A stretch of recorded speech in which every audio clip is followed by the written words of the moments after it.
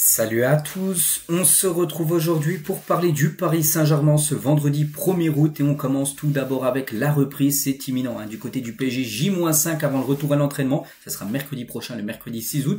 Et à noter que certains joueurs du PSG ont déjà repris l'entraînement, enfin individuel, l'entraînement bien sûr, comme Nuno Mendes, les gars il a partagé quelques photos sur ses réseaux sociaux de sa pré-saison pour l'instant individuellement avec son préparateur physique. Donc voilà, ça fait plaisir parce qu'on peut voir très bien affûté bien sûr Nuno Mendes déjà car les une saison exceptionnelle, on espère que ce sera la même chose pour la saison qui arrive bien sûr pour le défenseur gauche portugais. Et concernant la reprise, un petit rappel pour peut-être ceux qui n'ont pas vu l'épisode hier, un petit rappel de ce qui va se passer la semaine prochaine. Donc mercredi, tests médicaux déjà pour voir si tout va bien. Et ensuite, entraînement dans la foulée, 10h30. Et c'est simple, tous les jours qui vont suivre. Ce sera entraînement le matin, 10h30, le jeudi, le vendredi, le samedi, le dimanche, le lundi, le mardi certainement. Puis après, départ en Italie, le mardi après-midi certainement pour aller bien sûr se préparer pour la rencontre, bien sûr contre l'équipe de Tottenham. Mercredi 13 août prochain, la Super Coupe d'Europe où Paris peut déjà commencer parfaitement sa saison en remportant ce trophée. Et tiens, en parlant de Tottenham, parce qu'on a déjà repris l'entraînement depuis quand même quelques semaines, voilà, donc hier ils ont joué un match amical contre Arsenal.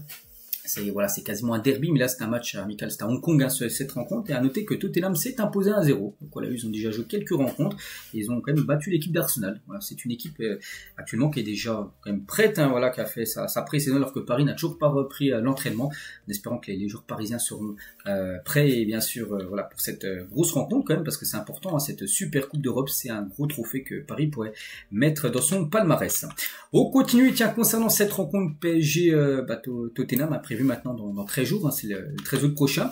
Et tiens, sur PSG Community, ils ont fait un petit sondage par rapport encore au poste de gardien de but. À votre avis, qui sera dans les cages parisiennes contre Tottenham, voilà, dans 13 jours? Donc soit Donnarumma, soit Lucas Chevalier. N'oubliez pas que les deux devraient être à Paris, enfin l'un pourrait rester et l'autre devrait arriver. Donc la plupart, donc moi j'ai mis, quand même c'est kiff 52,6% ont mis Donnarumma et 47,4% ont mis Lucas Chevalier. Moi j'ai mis Donnarumma, je pense qu'il sera encore au Paris Saint-Germain et je pense qu'il sera le gardien. Voilà.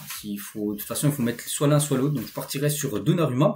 Et actuellement c'est quoi la situation? C'est Fabrizio Romano qui le dit, c'est bien quand c'est Fabrizio Romano parce que lui on sait qu'il a des sources fiables. Donc Donnarumma pourrait finalement rester au PSG. Voilà, donc il peut partir mais peut aussi rester parce que pour l'instant les gars, ça va un peu dans tous les sens. Lui et son entourage après n'excluent pas cette possibilité, se battre pour sa place comme il l'a fait avec Keylor Navas. Il décidera ensuite de son avenir, concernant Donnarumma et Manchester. Bon, il y a des clubs intéressés bien sûr, il peut aussi aller à Manchester, il peut rester mais pas à Manchester, qui cherche un gardien, s'intéresse à Donnarumma, le PSG est ouvert une vente. Mais lui pourrait rester, bien sûr, du côté du Paris Saint-Germain. Donc on verra, mais Lucas Chevalier devrait bien arriver.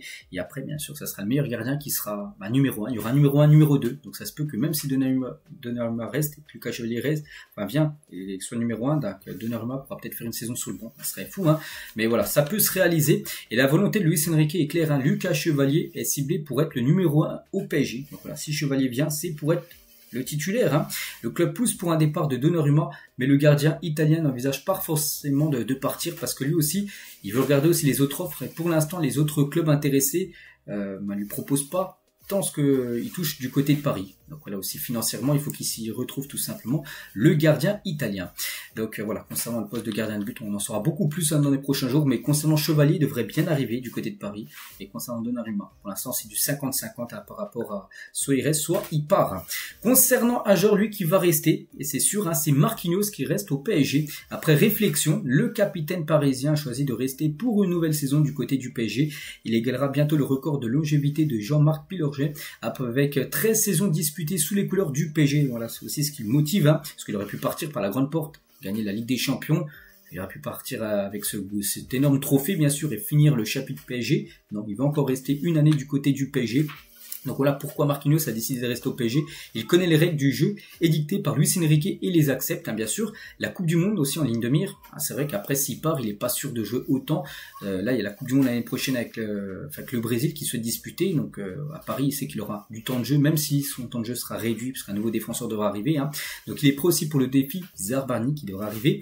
Et recherche même ce genre de niveau de compétitivité, parce que lui, ça va lui ramener de la concurrence. Bien sûr, Zarbani, s'il arrive au PSG, si Paris débourse 70 millions d'euros, c'est pour faire jouer Zarbani. On pense que Pacho, il est indéboulonnable en défense. Donc voilà, ce sera après Marquinhos de d'être meilleur que soit Pacho, soit que Zabani pour regagner sa place de titulaire. Donc il sait qu'il a besoin de cette concurrence pour le pousser vers le haut. Il rêve aussi à présent d'offrir au Brésil une 6e étoile mondiale. C'est pour ça qu'il veut être prêt en se préparant avec le PSG. Son état d'esprit, son investissement sont jugés exemplaires. Hein. Son expérience est précieuse dans un groupe aussi jeune. Il reste un pion important de l'effectif de Luis Enrique. Quelqu'un, une valeur sûre, un pilier bien sûr de l'équipe. Il n'a jamais été envisagé pour l'instant de se séparer. Donc voilà, pour l'instant, tout ça font que Marquinhos souhaite rester encore au PSG. Après l'été 2026, là on en reparlera, mais il devrait rester une saison de plus. Hein. Et il le sait, on a parlé de Zabarni, qui aurait de la grosse concurrence. Et concernant ce joueur, oui, on en parle tous les jours. Mais là, vraiment, ça s'est accéléré. C'est Fabrizio Romano aussi qui le dit. Le PSG est tout proche de boucler l'arrivée de Zabarni. Le club finalise les derniers détails. Et pour vous montrer, vraiment, tiens, un indice de plus pour montrer les gars que le joueur veut vraiment venir. Donc voilà, le PSG se rapproche d'un accord. Le Here We Go bientôt. Here We Go, bien sûr, d'après Fabrizio Romano. Et sur la publication Instagram de Fabrizio Romano qui a liké Zabarni. Il a liké la publication.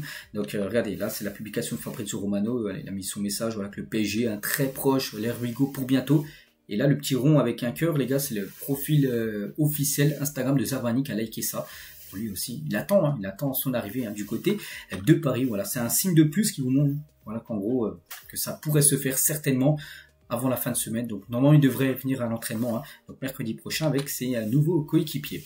Concernant un autre joueur aussi qui pourrait débarquer, donc lui ça dépend, il faudra un départ. S'il y a Kanguini qui quitte Paris, et Magnès Saklouche, un joueur aussi que Paris suit comme depuis un certain temps, en tout cas le jeune monégasque de 19 ans rêve toujours de rejoindre le PSG. Donc à départ de Kanguini, le monégasque deviendrait une priorité.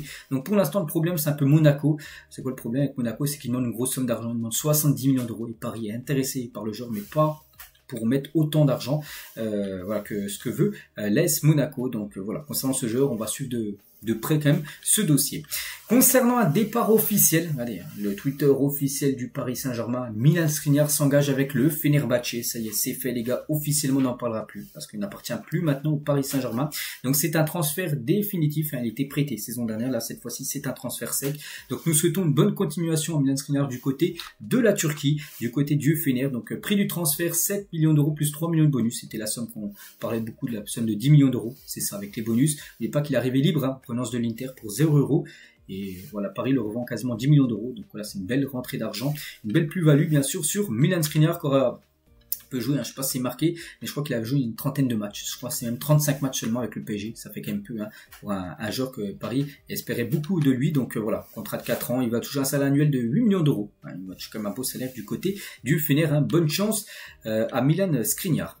On continue aussi avec une autre info les gars, et c'est l'UEFA qui inflige une amende totale de 148 000 € au Paris Saint-Germain. Qu'est-ce qui s'est passé pour avoir cette amende 148 000 €. Donc le PSG écope de 100 000 € pour l'envahissement de terrain et l'usage de fumigène et de 30 000 € pour jet d'objet, 8 000 € pour acte de vandalisme et 10 000 € pour un message jugé inapproprié lors de la finale de la Ligue des Champions. Parce que oui, lors de la finale, souvenez-vous, il y a eu un envahissement de terrain à la fin de la rencontre. Bon, pas tout le terrain a été envahi, mais une partie, un tiers du terrain était envahi. Et même il y avait même des supporters qui avaient coupé des bouts de filet. Et voilà, ça fait quand même aussi 8 000 € pour acte de vandalisme. Les filets découpés. Donc en gros, c'est plus de 148 000 € que Paris va devoir payer à l'UEFA par rapport à ce qui s'est passé à la fin, bien sûr, de cette finale de Ligue des Champions. Les supporters étaient tellement heureux, bien sûr, qu'ils sont rentrés sur la pelouse où Paris avait gagné, souvenez-vous, 5-0. C'était il y a déjà 2 mois, bien sûr, cette finale. Donc voilà ce qu'il y a à dire aujourd'hui. J'espère que ça vous a plu. Donc on se retrouve, nous, demain, samedi 2, les gars, pour refaire le point, bien sûr, sur ce qu'il y a à dire. Sur l'équipe parisienne, je vous souhaite une très bonne journée et à demain.